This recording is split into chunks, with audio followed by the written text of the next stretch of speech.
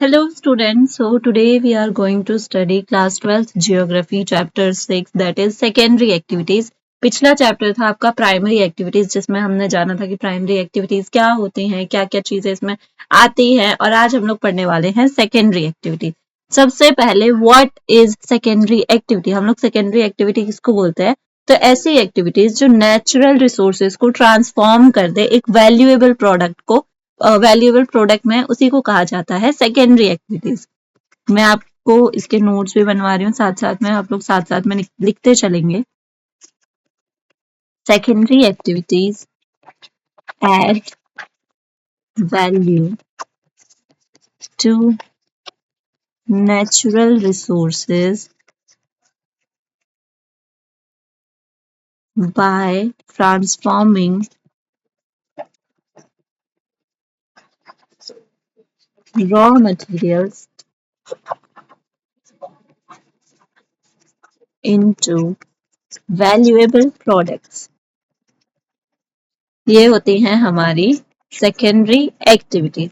अब secondary activities में एक सबसे इंपॉर्टेंट नाम आता है that is manufacturing.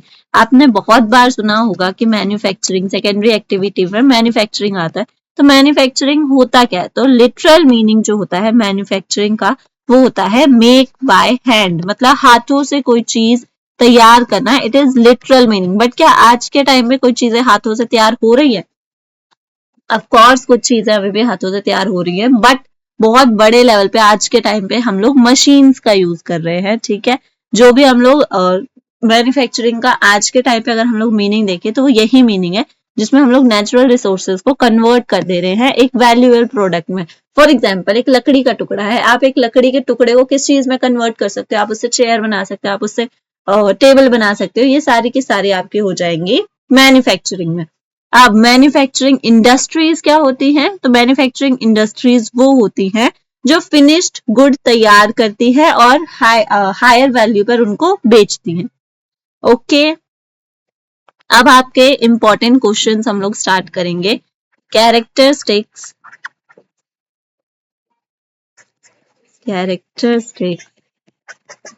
Of modern large scale manufacturing industries. Okay, तो characteristics of modern large scale manufacturing का क्या है या फिर कैरेक्टरिस्टिक्स ऑफ मॉडर्न इंडस्ट्रीज क्या है? आज के टाइम पे मॉडर्न इंडस्ट्रीज में आपको क्या क्या चीजें देखने को मिलती हैं या आप क्या क्या चीजें उसमें एक्सपीरियंस करते हैं। ये आपका 5 मार्क्स का क्वेश्चन आता है, बहुत बार एग्जाम में आता है, बहुत इंपॉर्टेंट क्वेश्चन है। मैं आपको एक्सप्लेन करूंगी, आप उसको साथ साथ में अपनी लैंग्वेज में लिखते जाएंगे। फर्स्ट थिंग जो हमें मॉडर्न इंडस्ट्रीज में देखने को मिलती है that is specialisation. That is specialisation. इसका मतलब है कि यहाँ पे स्किल्ड लेबर होती है। ठीक है, यहाँ पे ऐसी लेबर को हायर किया जाता है जो एक काम में बहुत ज्यादा उनके पास स्किल हो। ठीक है, वो एक काम में बहुत ज्यादा माहिर हो, स्पेशलाइज्ड हो उस काम के लिए, ऐसी लेबर को हायर किया जाता है। ठीक है, फॉर एग्जाम्पल आपका कोई कंप्यूटर का काम है या कार मेकिंग का काम है, तो इसमें ऐसा तो नहीं है ना कि किसी को भी हायर कर लेंगे कि हाँ चलो आप कार बना के दिखाओ। नहीं, इसमें स्पेशलाइज्ड लेबर हायर की जाएगी, स्पेशलाइज्ड लोग हायर किए जाएंगे कि इंजन कैसे बनाया जाता है, रेस, एक्सेलरेशन, ये सब चीजें कैसे तैयार होंगी, कैसे एक दूसरे से कनेक्ट होंगी, ये सारी की सारी चीजें यहाँ पे ध्यान में रखी जाती है। Second, mechanisation. ठीक है, मैकेनाइजेशन। आज के टाइम पे हम लोग मशीन्स का काफी ज्यादा यूज करते हैं और ऐसी वैसी मशीन्स का नहीं, ऑटोमेटिक मशीन्स का। अब तो कंप्यूटर, अब तो रोबोट्स भी आ गए हैं। ठीक है, हम तो अभी मशीन का ही बोल रहे हैं। तो काफी ज्यादा ऑटोमेटिक और हाई टेक मशीन्स का यूज किया जाता है ताकि हमारा काम आसानी से हो सके। Technological innovation. ठीक है, टेक्नोलॉजिकल इनोवेशन। और क्या चीज होता है इंडस्ट्रीज में कि लेटेस्ट टेक्नोलॉजी का यूज किया जाता है, कि अभी जो टेक्नोलॉजी आई है, अभी जो मार्केट में चीजें चल रही हैं, उन सब चीजों का इस्तेमाल किया जाता है। अब लेटेस्ट टेक्नोलॉजी का यूज क्यों किया जाता है? क्योंकि आप अगर टेक्नोलॉजी यूज कर रहे हैं तो इससे और बहुत सारी प्रॉब्लम्स भी तो जनरेट हो रही हैं, पॉल्यूशन हो रहा है, वेस्ट हो रहा है, क्वालिटी कंट्रोल, ये सब चीजों को एफिशिएंट बनाने के लिए, मतलब पॉल्यूशन कम से कम हो, आपकी क्वालिटी अच्छी हो, ये सब चीजों को कंट्रोल में रखने के लिए नई से नई टेक्नोलॉजी आती रहती है। ठीक है। Fourth point, uneven geographic distribution.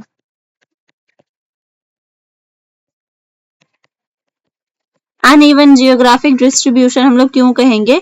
क्योंकि जो मिनरल्स है ना वो हमें इंडिया में हर जगह बराबर हिस्से में नहीं मिल रहे हैं। ठीक है, ऐसा नहीं है ना कि इंडिया के हर स्टेट में इक्वल मिनरल्स है, कुछ स्टेट्स में ज्यादा मिनरल्स है, कुछ स्टेट्स में कम मिनरल्स है, और कुछ स्टेट्स में तो मिनरल ही नहीं है। इसकी वजह से अनइवन जियोग्राफिक डिस्ट्रीब्यूशन हमें यहाँ पे देखने को मिलता है। ठीक है, ये सारे के सारे आज के टाइम पे मॉडर्न लार्ज स्केल इंडस्ट्रीज के कैरेक्टरिस्टिक्स है। आई होप आपको ये एग्जाम में सिर्फ इतना सा नहीं लिखना है, इसको आपको काफी अच्छे से एक्सप्लेन करना है। If you want notes you can leave a comment, I will provide you notes. Next important question है लोकेशन ऑफ इंडस्ट्री।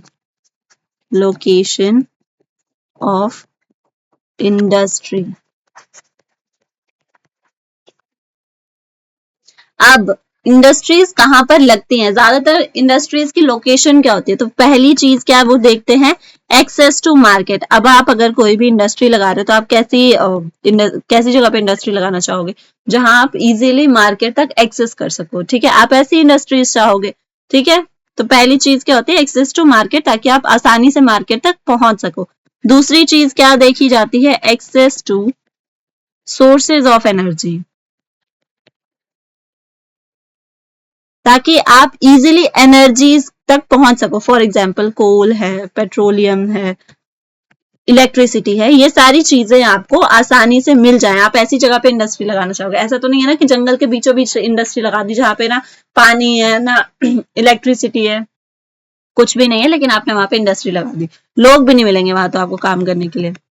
ठीक है, तो आप access to sources of energy भी देखते हो। फिर तीसरी चीज आप क्या देखोगे, बिना रॉ मटेरियल के किस तरीके की इंडस्ट्री हो सकती है? हो ही नहीं सकती। तो नेक्स्ट चीज आप देखते हो access to raw material.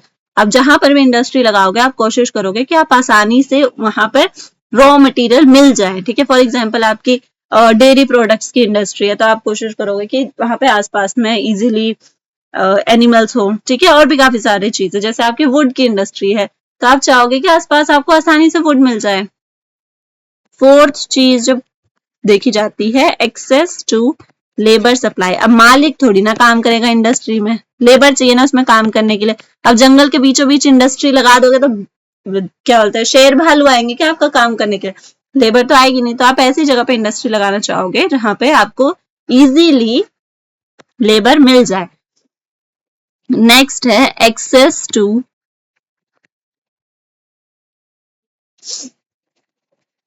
Transportation and communication. आप ऐसी जगह पे अपनी इंडस्ट्री लगाना चाहोगे जहां पर आपको इजीली व्हीकल्स मिल जाए, आप इजीली एक जगह से दूसरी जगह कनेक्ट हो पाओ। ठीक है, तो आपको ट्रांसपोर्ट एंड कम्युनिकेशन की भी एक्सेस होनी चाहिए, आप ऐसी जगह ढूंढोगे। नेक्स्ट है गवर्नमेंट पॉलिसीज। आप ऐसी जगह पे इंडस्ट्रीज लगाओगे जहां पे गवर्नमेंट पॉलिसीज लिबरल हो। ठीक है, ऐसा नहीं है कि आप वहां पे इंडस्ट्री नहीं लगा सकते या ये चीज नहीं कर सकते या वो चीज नहीं कर सकते। आप ऐसी जगह पे इंडस्ट्री नहीं लगाना चाहोगे, आपका भी नुकसान होगा। आधे से ज्यादा पैसा आप गवर्नमेंट को दे रहे हो कि हाँ मुझे लगाने दो, इंडस्ट्री लगाने दो, इंडस्ट्री लगाने दो, तो उसमें आपका भी नुकसान होगा। तो आप वहां पे इजिली अपनी इंडस्ट्री नहीं लगाना चाहोगे। तो यहां तक आपको आई गेस समझ आ गया होगा। अब हम लोग आ जाते हैं नेक्स्ट इंपॉर्टेंट क्वेश्चन पे, that is classification of manufacturing industries. अब मैं आपको एक चार्ट बनवा रही हूँ ताकि आपको क्लियर रहे कि हमारी इंडस्ट्रीज को कितने पार्ट्स में डिवाइड किया गया है। ठीक है, तो सबसे पहले बेस्ड ऑन अलग अलग चीजों के आधार पर फैक्ट्रीज को डिवाइड किया गया है।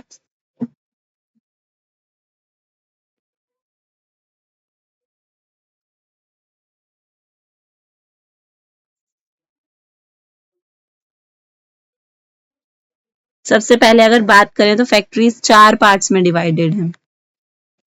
First one is size, second one is raw material,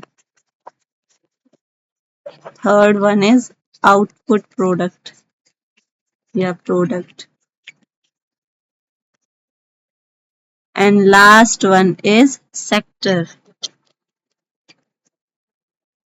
अब इनको भी आगे फर्दर डिवाइड किया गया है. जैसे साइज की बात करें तो साइज को भी आगे 3 पार्ट्स में डिवाइड किया गया है. फर्स्ट वन इज कॉटेज और हाउस होल्ड इंडस्ट्री. ओके, अगर इसकी बात करें तो यहाँ पे small scale industry and then large scale industry.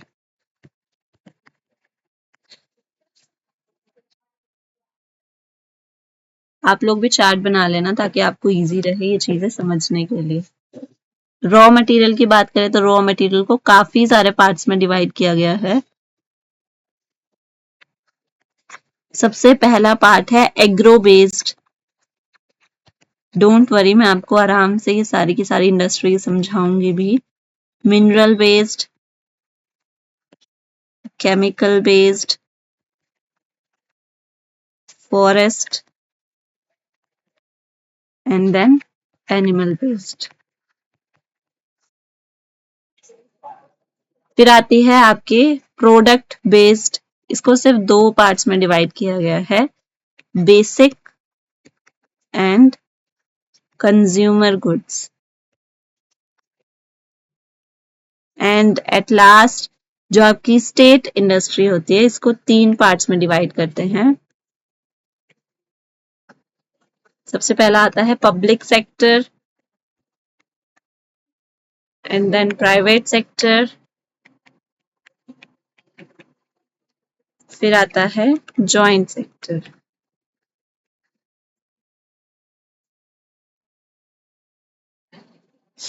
ये सारे के सारे आपके टाइप्स हैं इंडस्ट्रीज के और इनको कैसे भी आपसे पूछा जा सकता है. तो स्टार्ट करते हैं फर्स्ट टाइप से, that is size. Industries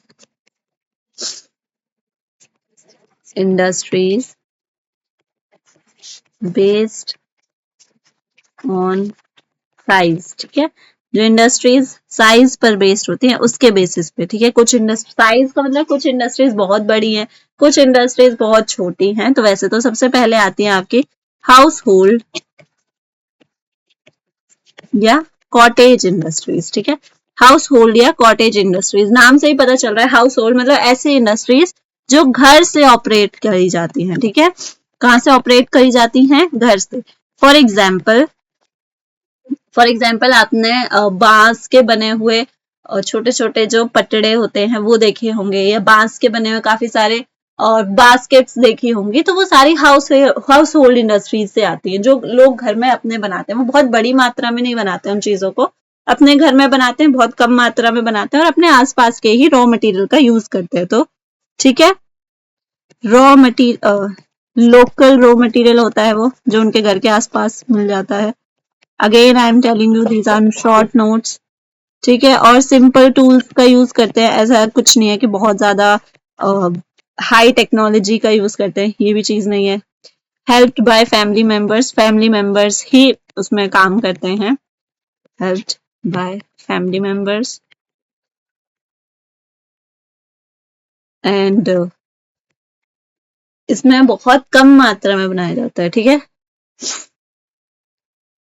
less production, जितनी जरूरत होती है सिर्फ उतना ही सामान इसमें बनाया जाता है. एंड लास्ट, ये सामान भी लोकल मार्केट में ही बेचा जाता है. ठीक है, कंजम्पशन इन लोकल मार्केट. और इसमें ज्यादा आपको कैपिटल की नीड भी नहीं होती है. Not much capital is needed, कम पैसों में भी आपका काम हो सकता है. Not much capital is needed. And इसके एग्जाम्पल हैं मैट्स जो चटाई बनती है, बास्केट्स, पोट्री, etc। ओके, ये आपका फर्स्ट टाइप था। अब आ जाते हैं सेकंड टाइप पर, that is small scale industries. Small scale industries, just small scale industries. अब स्मॉल स्केल इंडस्ट्रीज में क्या होता है, आपको नाम से ही पता चल रहा है। इसमें ये इंडस्ट्रीज होती हैं बट बहुत ज्यादा बड़ी इंडस्ट्रीज नहीं होती है। सेमी स्किल्ड लेबर होगी इसमें। सेमी मतलब थोड़ा बहुत उनको आता है, ऐसा नहीं कि बिल्कुल नहीं आता है, थोड़ा बहुत आता है। सेमी स्किल्ड लेबर होती है। ओके, और मशीन्स का यूज किया जाता है बट बहुत हाई टेक मशीन्स का यूज नहीं किया जाता है। ये भी लोकल रॉ मटेरियल को यूज करते हैं। Use local raw materials. Okay, but इनके पास वर्कशॉप्स होते हैं। जो हाउस होल्ड इंडस्ट्रीज होती है ना, वो अपने घर से ऑपरेट करती है, बट इनके पास वर्कशॉप्स होती हैं। ठीक है, यूज वर्कशॉप्स। और इनका भी परचेजिंग पावर लोकल ही होता है। ठीक है, लोग आसपास के लोग इनसे सामान खरीद लेते हैं। लोकल परचेजिंग पावर, और तो इसमें कुछ नहीं होता है। नेक्स्ट वन इज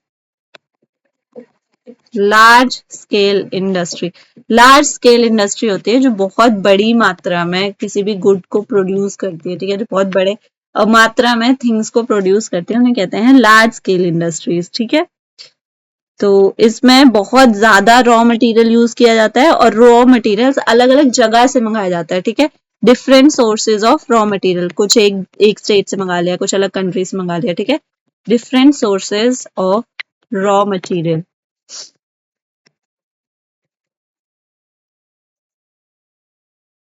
एंड और भी काफी सारी चीजें होती है। इसमें काफी ज्यादा एनर्जी की जरूरत होती है। You need high energy, huge energy materials और यूज्ड। ठीक है, या रिक्वायरमेंट, ह्यूज एनर्जी यूज या रिक्वायरमेंट। ठीक है, स्पेशलाइज्ड वर्कर्स होते हैं इसमें।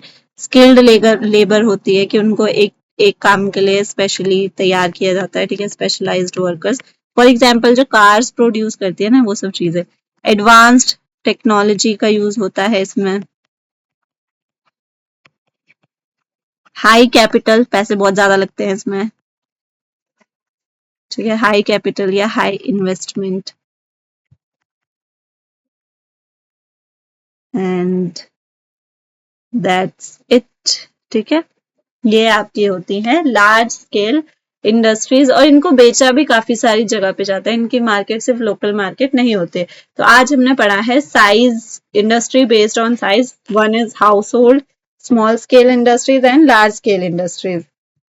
अब हमारी बची है रॉ मटेरियल, आउटपुट प्रोडक्ट और सेक्टर। ये वाले ही हम लोग करेंगे कल की क्लास में। आज के लिए बस इतना ही। थैंक यू, आई होप आप लोगों को समझ में आया होगा। And please comment. ठीक है, अगर आपको समझ आता है तो आप एक बार कमेंट करके बताया करो कि हाँ हमें समझ आ गया है। अगर आप पढ़ रहे हो तो वो चीज भी कमेंट करके बता दो कि यस वी आर स्टडिंग। और अगर आपकी कुछ और डिमांड्स हैं, आप कोई और चैप्टर दोबारा से पढ़ना चाह रहे हो, या कुछ भी आपको बुक के क्वेश्चन आंसर करने हैं, एक्स्ट्रा क्वेश्चन आंसर करने हैं, whatever you need, you can comment. Thank you.